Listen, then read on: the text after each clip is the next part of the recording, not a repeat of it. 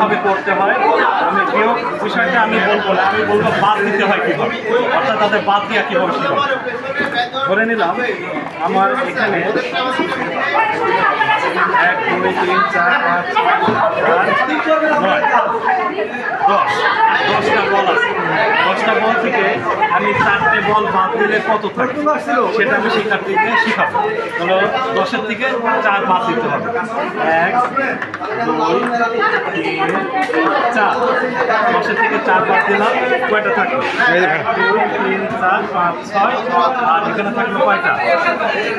1 2 3 4। ধন্যবাদ স্যার, এটা বোঝা গেল।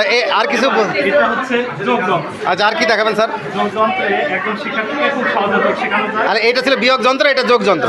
জি, যোগ যন্ত্রে এখানে আমি শিক্ষার্থীকে শেখাবো 2 যোগ 2 সমান 4 কিভাবে হয়। আচ্ছা, তাহলে এখানে আমি ফেললাম 2, এখানে ফেললাম 2 সমান, সুন্দর করে জমা হচ্ছে, বেশ সুন্দর জমা হচ্ছে একটা জায়গায়, অনেক সুন্দর।